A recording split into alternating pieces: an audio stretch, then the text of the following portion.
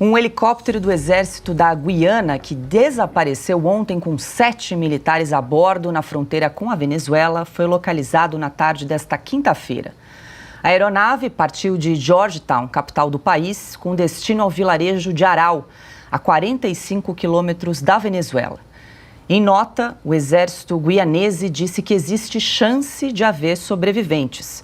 No entanto, as condições climáticas impediram o acesso à aeronave até esse momento.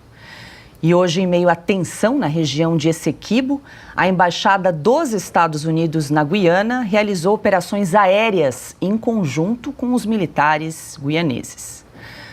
Rodrigo Constantino, hoje conosco nesta quinta-feira. Muito boa noite, seja bem-vindo.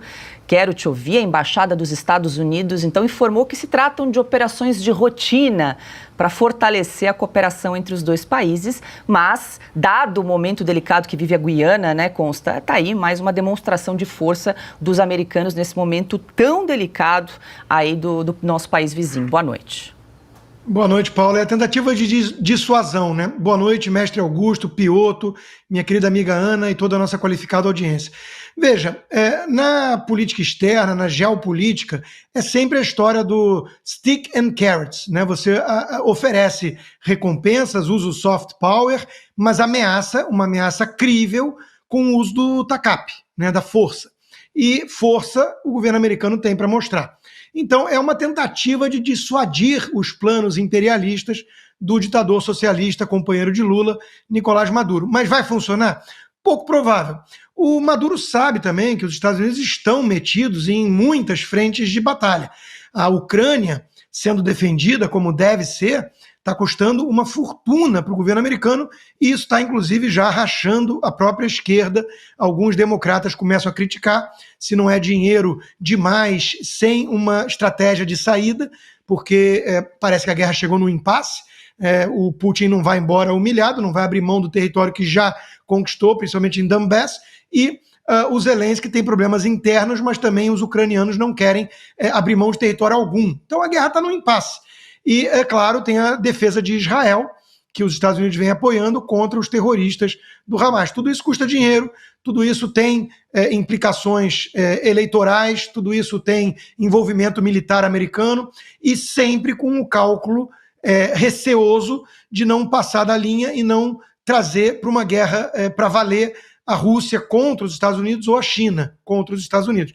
Então, qual seria a postura desses países numa eventual guerra, num conflito, os Estados Unidos entrando para defender a Guiana contra a Venezuela? A gente não sabe. Então é tudo muito delicado. Me parece que por enquanto é um exercício só para dar um recado e ver se isso surte algum efeito, né? Mas acho muito pouco provável que o Maduro se sensibilize com isso, porque ele está mesmo de olho no petróleo todo descoberto na Guiana. Ana Paula Henkel conosco hoje também. Muito boa noite, Ana. Vale lembrar aqui para quem nos acompanha que existe um acordo de cooperação militar entre os Estados Unidos e a Guiana, que foi firmado aí ainda no ano passado. Como disse o Consta, tá aí essa operação aérea firmada, feita hoje, né, entre Estados Unidos e Guiana. Pode ser uma campanha de dissuasão do conflito, mas será que vai ter um efeito prático, Ana? Muito boa noite.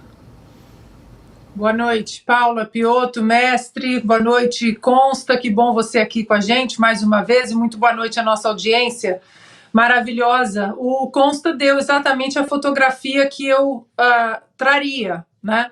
Até porque os Estados Unidos precisam ainda desempenhar o papel dessa polícia no mundo. E como muitos pensam que aquela máxima até do presidente Ronald Reagan, que dizia que a paz também deve ser mantida através da força. A questão, Paula, no entanto, e o Consta e eu acompanhamos aqui, é que o pagador de impostos dos Estados Unidos, eles começam a questionar até quando o governo americano vai colocar o dinheiro do pagador de impostos em outras guerras, mesmo com esse papel, né, que sempre foi dos Estados Unidos, principalmente depois da Segunda Grande Guerra, de ser a polícia do mundo, porque há problemas seríssimos acontecendo dentro dos Estados Unidos, uma imigração ilegal em massa, um número absolutamente inacreditável e histórico, a própria ameaça de terroristas agora dentro dos Estados Unidos com essa política irresponsável de fronteiras abertas do governo, da administração Joe Biden, crise de drogas, crise dos sem-teto nas ruas, né, de vários estados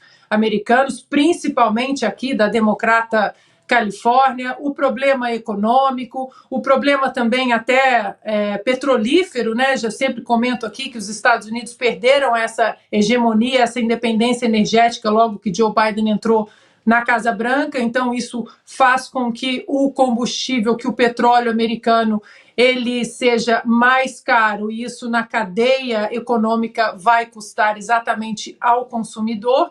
Então, o americano hoje questiona, mas mais uma guerra nós vamos entrar? Já estamos mandando um dinheiro que, como Consta disse, que para a Ucrânia, né, com toda a sua o seu direito de defesa, mas um dinheiro que muitos questionam. Estamos sabendo para onde está indo esses recursos do pagador de impostos? Israel, a mesma coisa, mas Israel, no entanto, é uma guerra contra um grupo terrorista que quer também, que tem como seu inimigo o próprio Estados Unidos. Então, Paula, a questão vai ficar também diante da opinião pública. Um governo que vem, que tem eleições presidenciais, né, tem uma reeleição para tentar conseguir um caminho mais fácil em 2024, e mais uma guerra nesse cenário de eleição presidencial. Não sei se o americano, o pagador de impostos, ele vai aceitar.